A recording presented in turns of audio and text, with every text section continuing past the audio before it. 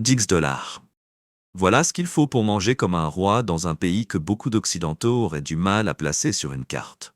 Imaginez un pain brûlant, arraché directement aux parois d'un four d'argile incandescent. Du riz parfumé au safran, de l'agneau mijoté lentement, des carottes caramélisées dans l'huile de coton, le tout accompagné d'un thé vert servi depuis une théière transmise dans la même famille depuis 3 générations.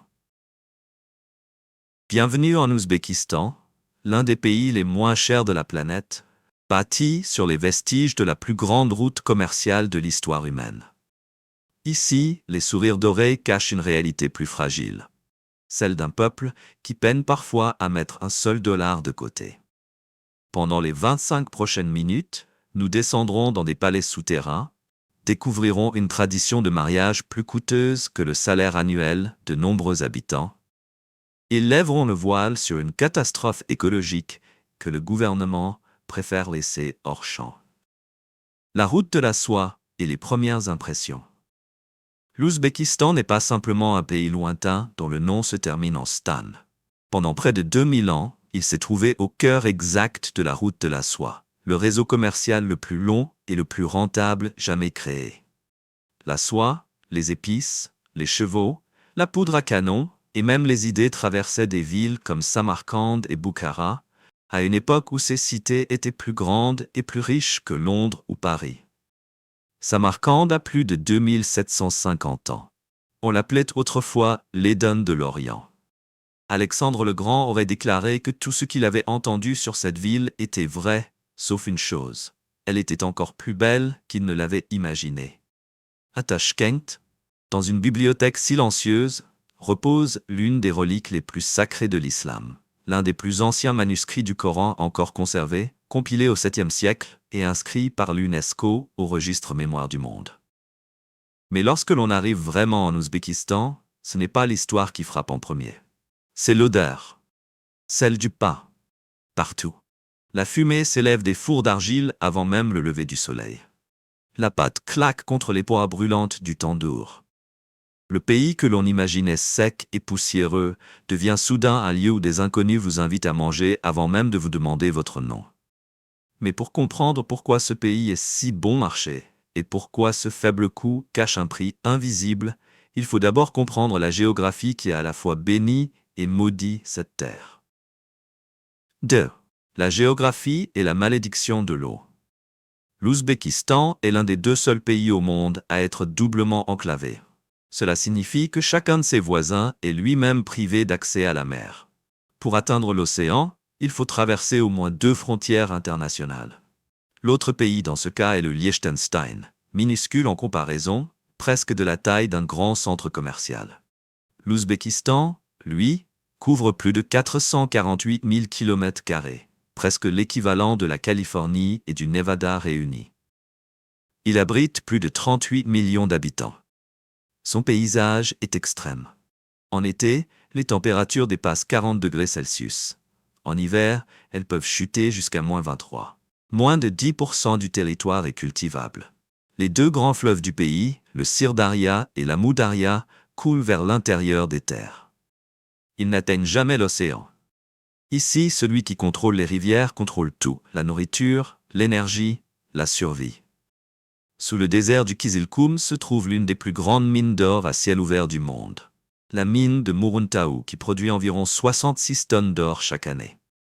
L'Ouzbékistan est aussi le 5e producteur mondial de coton et possède d'importantes réserves d'uranium et de gaz naturel.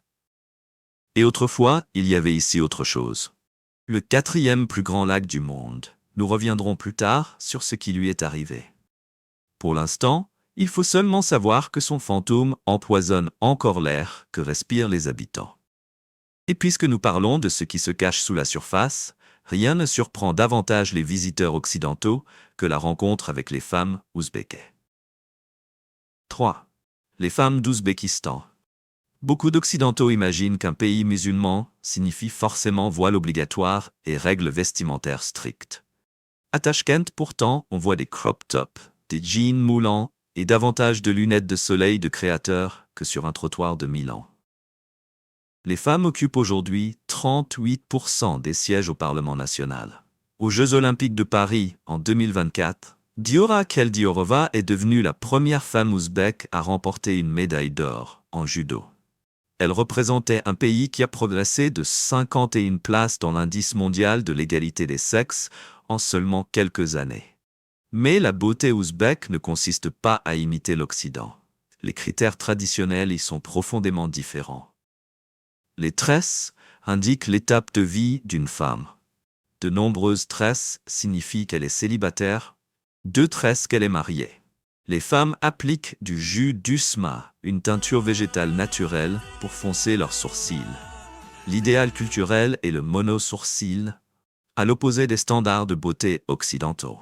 Puis il y a les dents en or, elles ne sont pas un signe de pauvreté. Dans un pays où les banques ont déjà failli et où la monnaie s'est effondrée, les dents en or sont une épargne que l'on porte dans sa bouche. Mais derrière cette image existe une réalité plus sombre. Les femmes ouzbèques forment le 2e plus grand groupe d'épouses étrangères en Turquie. Pour beaucoup, c'est une porte de sortie de la pauvreté, mais des milliers d'entre elles affrontent de grandes difficultés à l'étranger. De retour au pays, des hommes riches prennent discrètement une seconde épouse lors de cérémonies religieuses, même si la polygamie est officiellement illégale. Et pourtant, dans les bazars de Tachkent, des femmes dirigent des ateliers textiles et des cafés. Dans les campagnes, l'histoire change. Dans la capitale, une femme peut lancer une entreprise technologique. Dans une province rurale comme le Kashkadaria, elle peut ne pas pouvoir sortir de chez elle sans permission.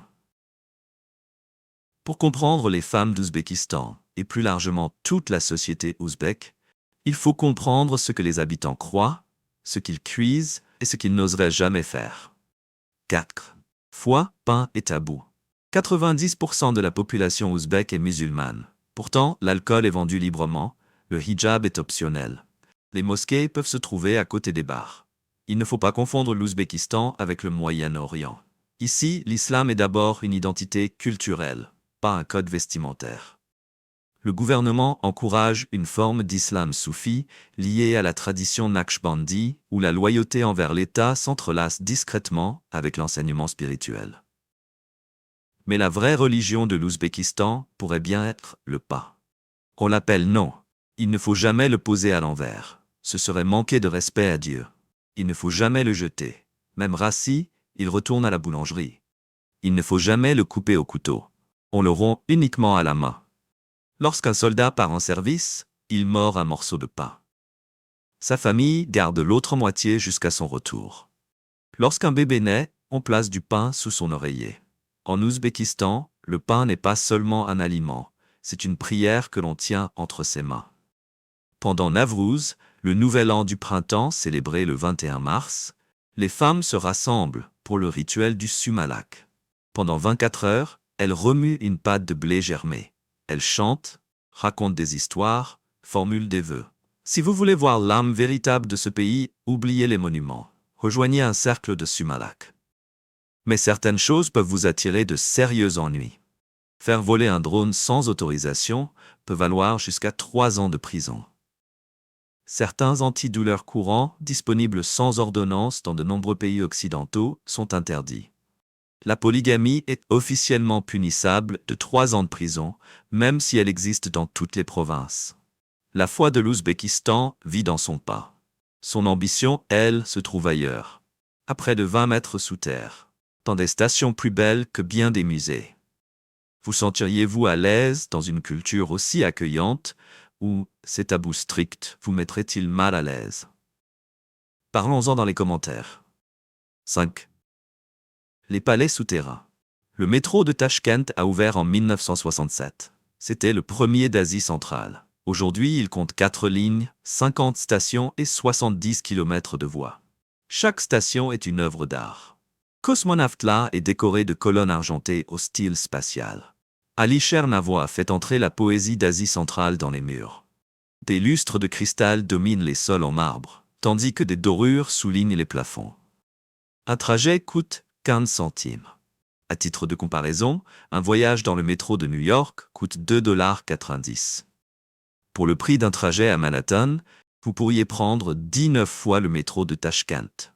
La photographie y fut officiellement interdite jusqu'en juin 2018, car ces stations étaient considérées comme un risque pour la sécurité nationale. Aujourd'hui, chacun peut les photographier, et ces images ont transformé le métro en un des secrets architecturaux les plus partagés des réseaux sociaux. Le réseau continue de s'étendre. Une nouvelle ligne de métro est en construction pour 110 millions de dollars, avec l'objectif de relier directement l'aéroport international. D'ici 2030, le réseau devrait atteindre 103 km. En surface, le train à grande vitesse Afrosiyob relie Tashkent à Samarcande et Bukhara, connectant les villes de la route de la soie plus vite que n'importe quelle caravane de chameaux ne l'aurait jamais fait. Et au-dessus du sol, une autre chose saute immédiatement aux yeux. Les voitures. Presque toutes se ressemblent. 6. La République Chevrolet. En 2008, General Motors s'est associé à l'entreprise automobile nationale ouzbek. Le résultat fut un quasi-monopole. Jusqu'à récemment, 94% des voitures circulant dans le pays étaient des Chevrolet. Les taxes à l'importation, qui pouvaient atteindre 300 à 400%, faisaient des voitures étrangères un luxe réservé aux plus riches. Conduire une BMW en Ouzbékistan ne signifiait pas aimer la vitesse. Cela signifiait pouvoir payer 4 fois le prix affiché. Mais en 2025, ce monopole a commencé à se fissurer. La part de marché de Chevrolet est tombée à environ 81%. La raison porte un nom, BYD. Le géant chinois du véhicule électrique a ouvert une usine dans la région de Jizak et a multiplié sa production par 5, passant de 4 000 à plus de 20 000 véhicules. Les ventes de voitures électriques ont bondi de 35%. BYD contrôle désormais plus de 74% du marché des véhicules électriques. La plupart des voitures roulent encore au gaz naturel comprimé, le carburant le moins cher dans un pays assis sur d'immenses réserves. Une course en taxi à travers la ville coûte entre 1 et 2 dollars, et n'importe qui peut devenir chauffeur. Levez la main, quelqu'un s'arrête. Petite question avant de continuer. Si votre pays ne pouvait avoir qu'une seule marque de voiture sur toutes ses routes, laquelle choisiriez-vous? Écrivez dans les commentaires. Les Chevrolet sont bon marché, les taxis sont bon marché. Mais affrontons maintenant la grande affirmation directement. L'Ouzbékistan est-il vraiment le pays le moins cher du monde? 7. Le mythe des 10 dollars. 10 dollars par jour. Voilà l'affirmation qui a lancé des centaines de vidéos de voyage. Elle n'est pas totalement fausse, mais elle ne raconte pas toute l'histoire. Avec 10 dollars, vous pouvez acheter 3 repas copieux. Une assiette de plov dans un restaurant local coûte environ 3 à 5 dollars. Le pain tandoor coûte moins d'1 dollar. Un trajet en métro revient à 15 centimes. Mais 10 dollars ne couvriront ni une chambre d'hôtel, ni les transports plus longs, ni même l'entrée d'un seul musée. En 2026, le vrai budget pour voyager confortablement et à petit prix se situe plutôt entre 35 et 45 dollars par jour. Un lit en dortoir commence autour de 9 dollars la nuit. Un hôtel 3 étoiles à Tashkent coûte en moyenne environ 78 dollars. Le coût de la vie globale est environ 65% inférieur à celui des États-Unis, ce qui rend le pays réellement abordable, mais pas aussi irréel que les titres viraux le suggèrent. L'histoire devient plus profonde lorsqu'on la regarde depuis l'autre côté. 60% des citoyens ouzbeks n'ont aucune épargne. Non pas parce qu'ils gèrent mal leur argent, mais parce que les banques ont déjà failli, que la monnaie a été instable, et que chaque mariage, chaque cérémonie, chaque obligation communautaire absorbe l'argent qu'une famille parvient à mettre de côté. Le système Mahalla, réseau traditionnel de quartiers en Ouzbékistan, agit comme un filet de sécurité sociale. Mais il fonctionne aussi comme une taxe sociale. Le salaire moyen à Tashkent est d'environ 850 dollars par mois. Dans les provinces les plus pauvres, comme le Kashkadaria, il tombe à 350. Des millions d'Ouzbeks travaillent en Russie, en Turquie et au Kazakhstan, envoyant de l'argent pour faire vivre leur famille. La vie bon marché dont profitent les touristes est discrètement soutenue par les travailleurs ouzbeks qui construisent des routes à Moscou. Mais bon marché ou non, lorsque la nourriture arrive sur la table, l'économie disparaît. Et en Ouzbékistan, la table n'est jamais vide. 8. Le festin de la route de la soie. Le plov n'est pas seulement un plat en Ouzbékistan, c'est presque une religion nationale. Du riz, de l'agneau, des carottes et de l'huile de coton, cuits dans un immense kazan en fer capable de nourrir des centaines de personnes. Lors des mariages, un chef appelé oshpaz peut préparer assez de plov pour 1000 invités. L'homme capable de cuisiner le plov pour tout un quartier possède le même prestige qu'un ancien du village. La fierté régionale est profonde. À Samarcande, on ajoute des œufs de caille et de la viande de cheval. À Bukhara, des raisins secs et des abricots séchés. Le pain est partout, cuit dans des fours tandoor en argile. Le boulanger plonge son bras dans une chaleur assez intense pour marquer ses avant-bras, colle la pâte contre la paroi intérieure, puis, 60 secondes plus tard, retire un disque si parfait qu'il pourrait être exposé dans une galerie. Il coûte moins $1 et reste frais pendant des semaines. Puis, il y a les aliments dont la plupart des visiteurs n'entendent jamais parler. Le kurut, de petites boules de yaourt séchées, dures comme la pierre, inventées par des nomades qui avaient besoin de protéines capables de survivre des mois à cheval. Le kumis, du lait de jument fermenté, acide, puissant et riche en vitamines. Et le thé vert, bu brûlant même lorsque la température extérieure atteint 40 degrés. La logique est simple. La chaleur provoque la transpiration, et la transpiration refroidit le corps. Si vous voulez vivre le choc sensoriel complet, entrez au bazar Chorsu de Tashkent. 5 minutes suffisent pour comprendre pourquoi la route de la soie a commencé ici. Après un tel repas, il ne reste qu'une chose à faire, comme les Ouzbeks le font depuis des siècles, verser une tasse de thé et parler jusqu'à ce que les étoiles apparaissent. 9. Les codes du thé et les sourires dorés. En Ouzbékistan, le thé n'est pas une boisson, c'est un langage. Une famille moyenne en boit 5 à 7 tasses par jour, mais la manière de le servir dit plus que n'importe quelle phrase. Une tasse pleine signifie « partez, nous sommes occupés ». Une petite quantité de thé resservie souvent veut dire « restez, parlons, vous êtes les bienvenus ».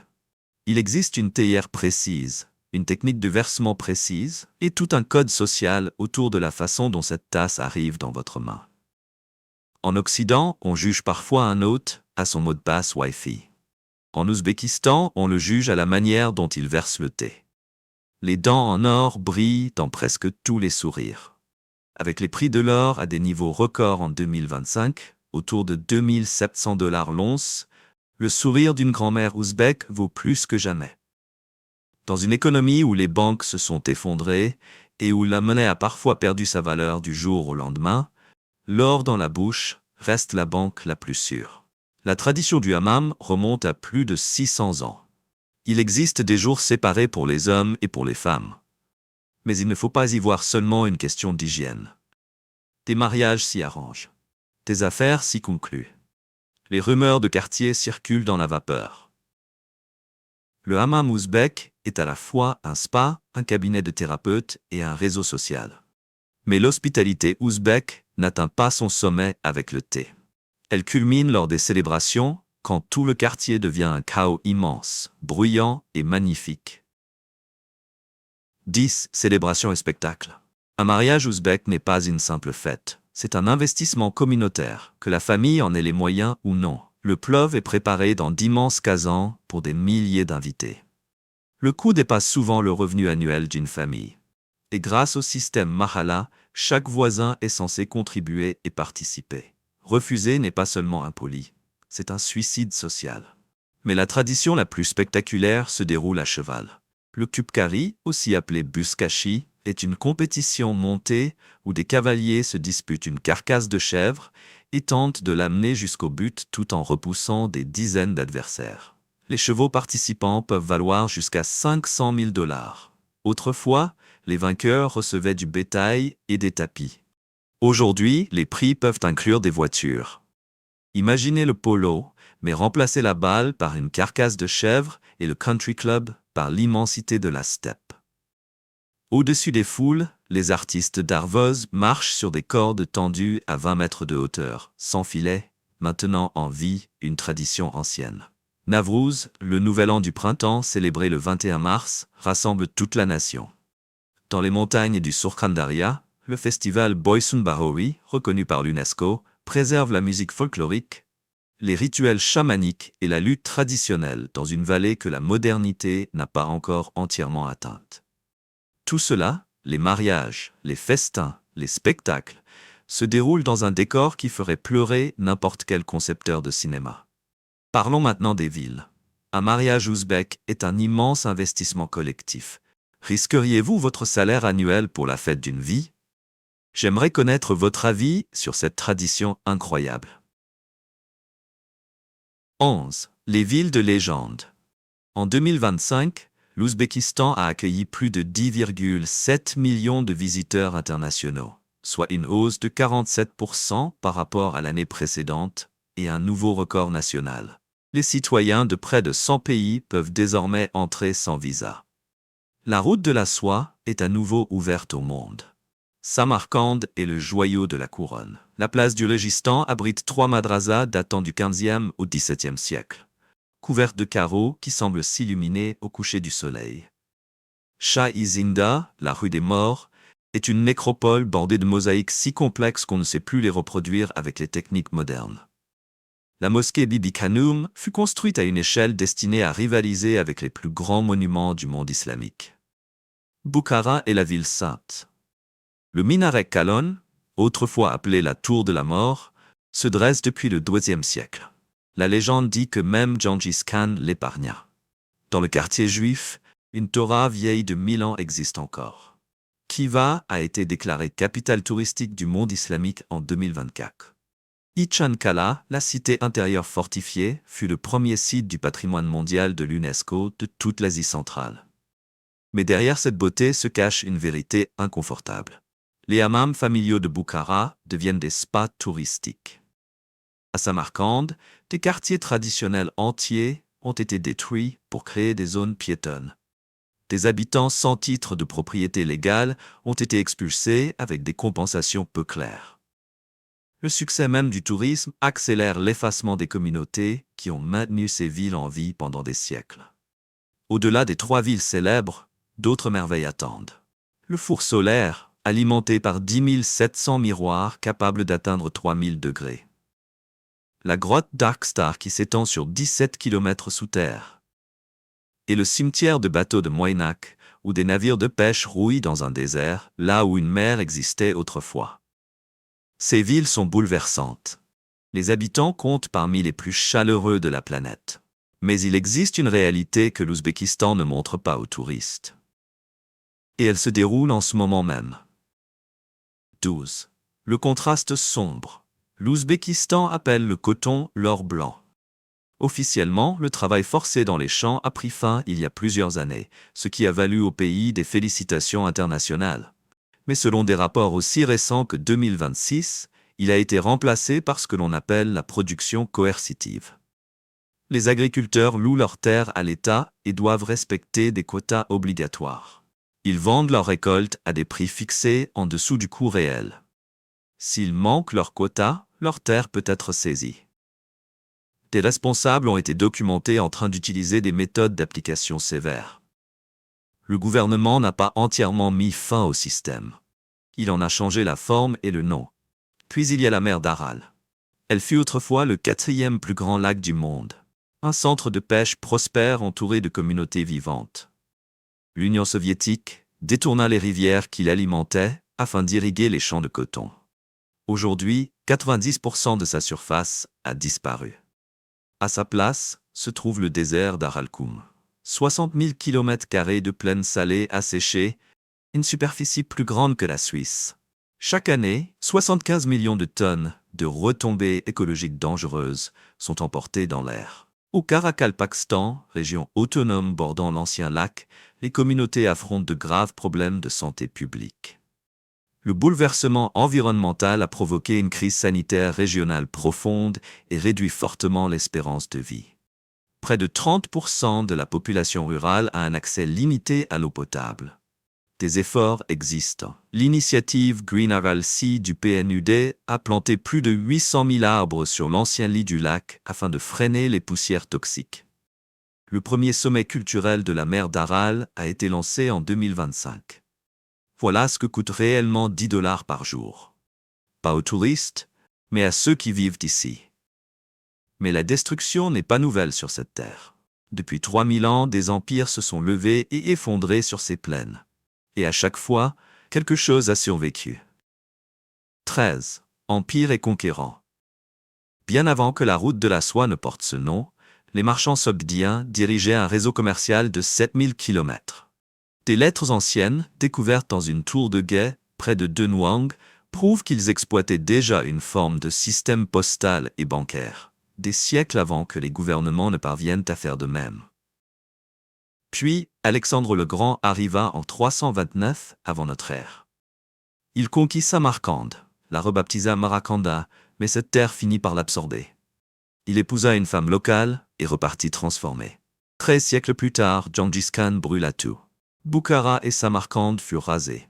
Mais une structure survécut.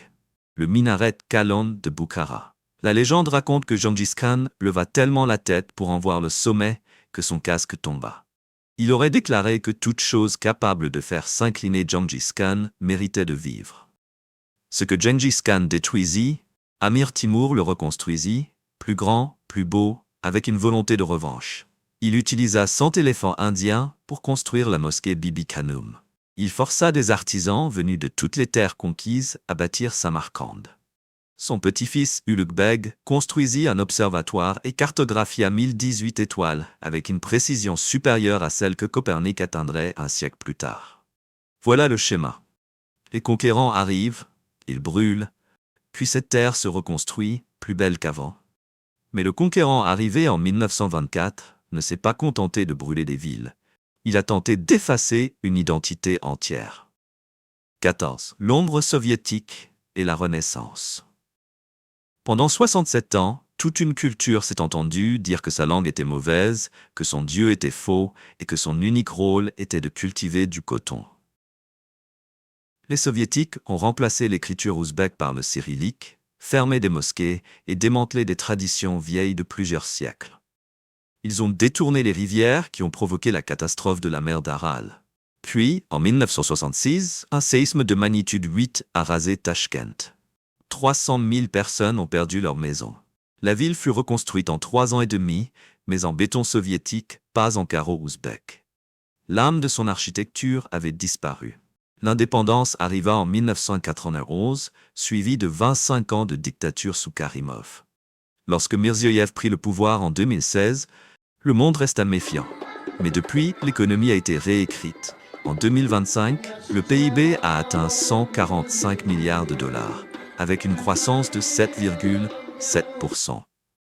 Dans l'indice de préparation technologique de la Banque mondiale, l'Ouzbékistan a gagné 71 places pour entrer dans le top 10 mondial. Aux Jeux olympiques de Paris en 2024, l'Ouzbékistan a remporté 8 médailles d'or, dont 5 en boxe, terminant 13e sur 206 pays.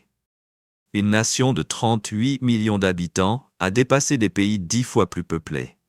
Gengis Khan l'a brûlé, les soviétiques l'ont enterré, la mer d'Aral l'a empoisonné. Et pourtant, l'Ouzbékistan continue de se relever.